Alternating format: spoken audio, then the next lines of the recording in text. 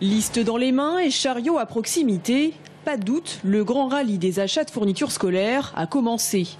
L'allocation de rentrée tombée aujourd'hui est toujours une bonne nouvelle pour les familles.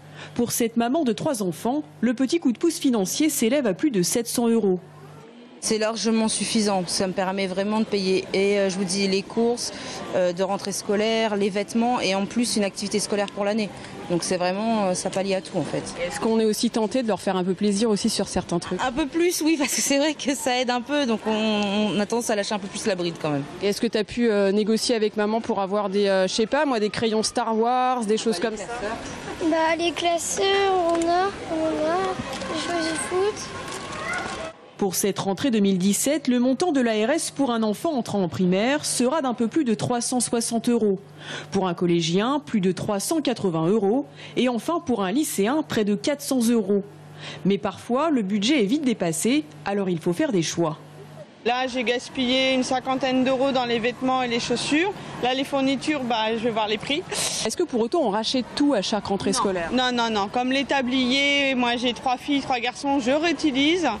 Les fournitures scolaires, j'ai fait de la récup, mais non. Alors qu'est-ce qu'on rachète de plus pour la rentrée? Moi, les trucs tout bêtes, les chaussettes, les culottes, les trucs qui ont été déchirés cette année et que ça peut pas refaire une année.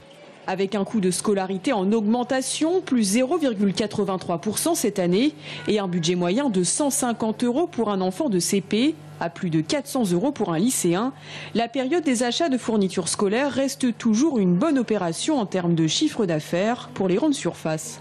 Sur l'ensemble de la rentrée des classes, donc du mois de juillet au mois de septembre, on réalise quasiment 70% de notre chiffre d'affaires sur cette période-là. Et le rythme s'accélère au fur et à mesure de la saison jusqu'à fin août et début septembre, puisque le mois d'août représente à lui seul quasiment 40% du chiffre d'affaires. Et la plus grosse semaine d'activité et de volume de chiffre d'affaires se situe sur la première semaine de septembre. Si on parle de maroquinerie scolaire, le constat est encore plus flagrant puisqu'on réalise 93% du chiffre d'affaires sur la période. Cette année, 23 000 foyers d'Indre-et-Loire bénéficient de l'allocation rentrée, soit près de 500 de plus que l'an dernier. Pour la CAF 37, cela représente une dépense de plus de 14 millions d'euros.